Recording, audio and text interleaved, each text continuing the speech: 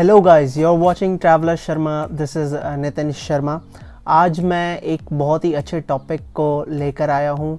मेरे से बहुत सारे लोग पूछते रहते हैं, काफ़ी सारे डाउट्स हैं उनके। सो मैंने सोचा क्यों ना एक वीडियो बनाई जाए जिसमें मैं आप लोगों के डाउट्स क्लियर कर सकूँ। यहाँ मेरे पास नोट्स हैं, काफ़ी सारे डाउट्स हैं जो आप लोगों के आप कमेंट्स करते हैं। सो मैंने सोचा क्यों ना एक वीडियो बनाई जाए जिसमें मैं आपके सारे डाउट्स क्लियर कर सकूँ। सो अभी फ़िलहाल जितने डाउट्स मैं पढ़ चुका हूँ कमेंट्स में, वो फ़िलहाल यहाँ पर मेरे पास हैं। सो आज हम उसी के बारे में बात करेंगे आपके डाउट्स क्लियर करने के लिए। सो ज़्यादा टाइम वेस्ट ना करते हुए चलिए चलते हैं हम अपनी वीडियो की तरफ, जहाँ पर मैं आपके सारे डाउट्स क्लियर करूँगा आज इस वीडियो में। ओके, सो पहला जो डाउट है लोगों का, काफ़ी सारे लोगों ने मेरे को ईमेल किया हुआ है personally. NOC letter, non objectional certificate, या आप कह सकते हैं कि अगर आप जॉब करते हैं तो एनओसी लेटर आप कहाँ से लेंगे। एनओसी लेटर का मतलब होता है नॉन ऑब्जेक्शनल सर्टिफिकेट, जैसा कि मैंने अभी आपको बताया। ये अगर आप जॉब करते हैं तो आपके एचआर आपको देते हैं। एचआर इज़ हेड रिक्रूटमेंट, जिसने आपका इंटरव्यू लिया था, आपकी जॉब लगी थी, तो उसके पास आप जाकर ये एनओसी लेटर आप उससे ले सकते हैं कि आप फॉर एग्ज़ाम्पल फ्रांस जा रहे हैं 10 दिन के लिए।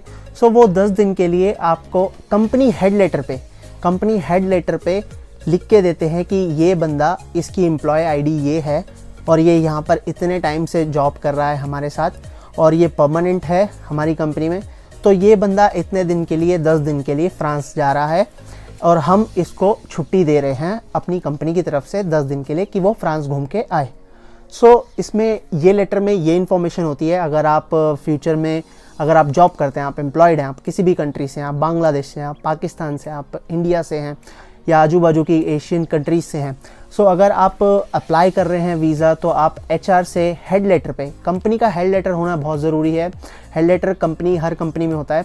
सो वो उस पर आपका इन्फॉर्मेशन लिख के देते हैं, जैसा कि मैंने अभी बताया, आपका नाम, आपकी एम्प्लॉय आईडी और ये सब आपका इन्फॉर्मेशन कि आप 10 दिन के लिए फ्रांस जा रहे हैं और आप इस कंपनी में इतने टाइम से काम कर रहे हैं।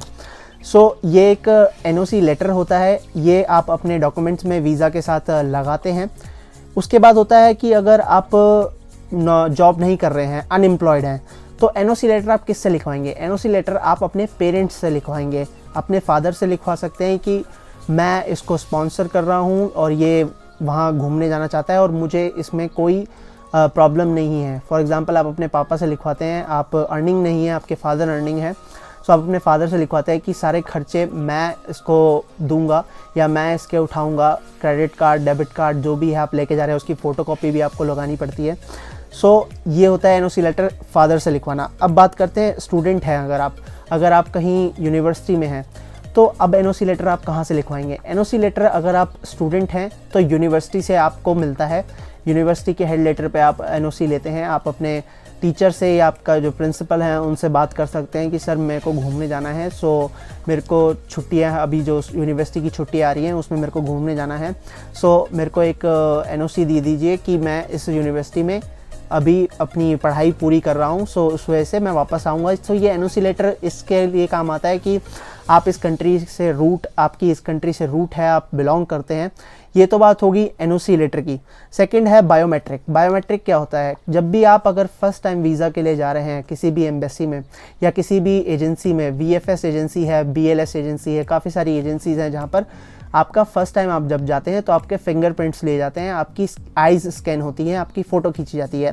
बायोमेट्रिक इसलिए लिया जाता है कि आप इन फ्यूचर दोबारा अप्लाई करते हैं तो दोबारा आपको स्कैनिंग की ज़रूरत नहीं है, उनके पास सारा डाटा आपका आ जाता है।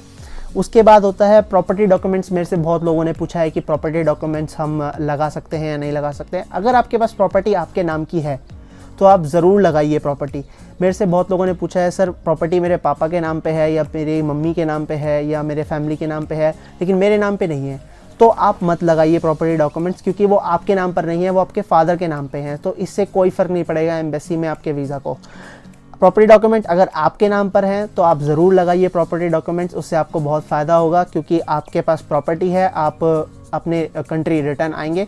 ज़्यादातर जो वीज़ा डिनाई होते हैं वो यही होता है कि intention of the person can not be ascertain, कि वो अपनी कंट्री वापस आएगा या नहीं आएगा, या डॉक्यूमेंट्स रिलायबल नहीं है जो भी आपने लगाया, तो प्रॉपर्टी डॉक्यूमेंट्स लगाने बहुत ज़रूरी हैं। अगर आपके पास प्रॉपर्टी है इंडिया में, या आपके पास प्रॉपर्टी बांग्लादेश में है, या पाकिस्तान में आपके खुद की प्रॉपर्टी है, तो आप प्लीज़ उस प्रॉपर्टी के डॉक्यूमेंट्स को लगाइए, फ़ोटोकॉपी लगाइए, या तो ओरिजिनल भी दे सकते हैं क्योंकि वो वापस कर देते हैं आपके। उसके बाद होता है स्पॉन्सरशिप लेटर, एनओसी लेटर की तरह ही होता है। स्पॉन्सरशिप आपके फादर या आपके पेरेंट्स स्पॉन्सर करते हैं, या आपकी यूनिवर्सिटी आपको स्पॉन्सर कर रही है, आपका सारा खर्चा उठा रही है। फॉर एग्जांपल स्टूडेंट्स होते हैं जो यूनिवर्सिटी में पढ़ रहे हैं और यूनिवर्सिटी आपको बाहर भेज रही है, शेंगन वीज़ा शेंगन कंट्री में भेज रही है, आपको किसी प्रोजेक्ट के लिए भेज रही है 2 महीने के लिए या 3 महीने के लिए, तो उसमें स्पॉन्सर जो होता है, स्पॉन्सर लेटर, वो भी यूनिवर्सिटी आपको देती है, या आपके फादर आपको लिख के देते हैं कि मैं इसका सारा खर्चा उठाऊंगा, मेरा नाम ये है, मेरी नेशनल आइडेंटिफिकेशन नंबर ये है। फॉर एग्जांपल इंडिया में आधार कार्ड होता है, पाकिस्तान में मुझे नहीं पता क्या आइडेंटिफिकेशन होता है। सो वो सारे नंबर आपको लिख के देते हैं, फिर आपका स्पॉन्सरशिप लेटर आपको मिल जाता है। उसके बाद मेरे से किसी ने पूछा है if we can withdraw cash after interview, अगर मेरा इंटरव्यू हो चुका है एम्बेसी में तो क्या मैं कैश विड्रॉ कर सकता हूँ अपने अकाउंट से? बिल्कुल कर सकते हो। आपका एक बार इंटरव्यू हो चुका है, एक बार आपके डॉक्यूमेंट्स सारे सबमिट हो चुके हैं, तो एम्बेसी के पास इतना टाइम नहीं है कि वो बैंक फ़ोन करेगी, आपसे पूछेगी कि इस बंदे ने विड्रॉ किया है नहीं।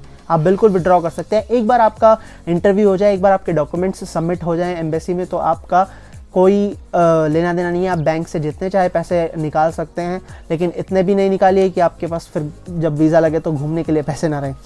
उसके बाद मेरे से पूछा है आई गॉट रिफ्यूज़ल, मेरा रिफ्यूज़ हो गया है किसी कारण से, फॉर एग्ज़ाम्पल कि इंटेंशन नहीं थी आपके वापस आने की, तो मैं दोबारा अप्लाई कर सकता हूँ शेंगन वीज़ा, और करूँ तो कितने टाइम में करूँ? फॉर एग्ज़ाम्पल मेरा शेंगन वीज़ा जब डिनाई हुआ था फर्स्ट टाइम, तो मैंने with in next 15 days apply किया था और मेरा फिर से डिनाई हो गया। मेरा एक्सपीरियंस ये है कि अगर आपका शेंगन वीज़ा आपने फॉर एग्ज़ाम्पल मार्च में अप्लाई किया है, तो कम से कम आप 2 महीने रुकिए, 2 महीने का टाइम दीजिए, अपनी गलतियों को सुधारिए, तब जाकर अप्लाई कीजिए। हाँ, अगर आपका वीज़ा आज डिनाई हुआ है, किसी कारण से हुआ है, आपको पता है कि ओह ये गलती हो गई है, तो आप वेरी नेक्स्ट डे भी आप अप्लाई कर सकते हैं, अनटिल और अनलेस आपके पासपोर्ट पे स्टैंप ना लगी हो रिजेक्शन की। स्टैंप ना लगे, आजकल तो स्टैंप लगती नहीं है, सीधा आपको रिफ्यूजल लेटर मिलता है आपके पासपोर्ट के साथ। स्टैंप तब लगती है जब ये केस बहुत ही फ्रॉड वाला होता है, या आपने कोई डॉक्यूमेंट्स बिल्कुल ही फ्रॉड दिखाए हैं, या टेररिज्म से कोई रिलेटेड आपके कॉन्टैक्ट्स हैं, तब जाके आपके पासपोर्ट को कैंसिल कर दिया जाता है डायरेक्टली। उसके बाद है फ्रेश पासपोर्ट पर वीज़ा मिलेगा? बिल्कुल मिल सकता है, बिल्कुल चांसेस हैं फ्रेश पासपोर्ट पर वीज़ा मिलने के। हालांकि चांसेस कम होते हैं, लेकिन मैं कभी नहीं कहता कि चांसेस नहीं हैं। बहुत सारे लोग हैं जिनको वीज़ा मिल जाता है। ये डिपेंड करता है उनकी किस्मत पे कि उनकी किस्मत कैसी है, या उन्होंने डॉक्यूमेंट्स क्या क्या अप्लाई किए थे। तो फ्रेश पासपोर्ट पे वीज़ा बिल्कुल मिल जाता है, ऐसा कुछ नहीं है कि नहीं मिलेगा, बिल्कुल मिलता है। बट मेरी यही एक्सपीरियंस है कि आप पहले छोटी मोटी कंट्रीज़ आजू बाजू की होकर आएँ, उसके बाद वीज़ा लगवाएँ। उसके बाद है ग्रेजुएट हूँ मैं। मेरे को एक लड़की ने अभी थोड़े टाइम पहले मैसेज किया था कि मैं ग्रेजुएट हूँ तो मेरे को वीज़ा मिल जाएगा, लेकिन मैं वर्क नहीं कर रही हूँ। ग्रेजुएट हैं आप तो आपको बिल्कुल वीज़ा मिल सकता है, आप जा सकते हैं घूमने के लिए, लेकिन आपको स्पॉन्सर कौन करेगा? स्पॉन्सर या तो आपके पेरेंट्स करेंगे, आपकी यूनिवर्सिटी करेगी, जैसे मैंने आपने बताया। तो ग्रेजुएट लोगों के लिए भी वीज़ा मिल जाता है, वो एज अ स्टूडेंट जा सकते हैं। उसके लिए अगर आपको डॉक्यूमेंट्स अगर पता करना है कि स्टूडेंट वीज़ा के लिए डॉक्यूमेंट्स कौन कौन से लगते हैं, तो मैं इसके लिए एक नेक्स्ट वीडियो लाने वाला हूँ बहुत जल्दी। अभी मैं काफ़ी बिजी चल रहा हूँ, मेरे से बहुत, और एक और चीज़ बहुत ज़रूरी, लोग मेरे से नंबर मांगते हैं मेरा। मैं स्पेन में हूँ, सो मैं यहाँ इंडिया का नंबर मेरे पास नहीं है, सो आप मेरे से बात नहीं कर सकते हैं। जो भी आपको कुछ कहना है आप ईमेल कीजिए, जीमेल पे मेरे को ईमेल कीजिए, मैं ज़रूर रिप्लाई करूँगा। जितने भी मेरे से हो सकेगा मैं कोशिश करूँगा कि आपको रिप्लाई करने की। सो आज की वीडियो इसी टॉपिक से रिलेटेड थी कि जो भी लोगों के क्वेश्चंस हैं, जो भी लोगों के सवाल हैं, उनका जवाब देना मेरा ड्यूटी है। सो मैं सोचता हूँ, मेरी तरफ से मैं सोचता हूँ कि किसी का वीज़ा डिनाई ना हो, सबको वीज़ा मिले, सब घूम के आएँ, सब अच्छे से खुश होके काफ़ी सारी फ़ोटोज़ खींच के आएँ। सो आई होप आप लोगों को ये वीडियो अच्छी लगे। प्लीज़ इसको ज़्यादा से ज़्यादा शेयर कीजिएगा। अगर आपके लिए अभी भी कोई डाउट है तो प्लीज़ मेरी वीडियो पे नीचे कमेंट कर सकते हैं, मैं रिप्लाई करूँगा। तब तक के लिए प्लीज़ मेरे चैनल को सब्सक्राइब कीजिए, और आगे और भी ज़्यादा वीडियोज़ मैं लाने वाला हूँ बहुत अच्छे इन्फॉर्मेटिव। तब तक के लिए नितिन शर्मा आगे चाहता हूँ, साइनिंग आउट, बाय बाय।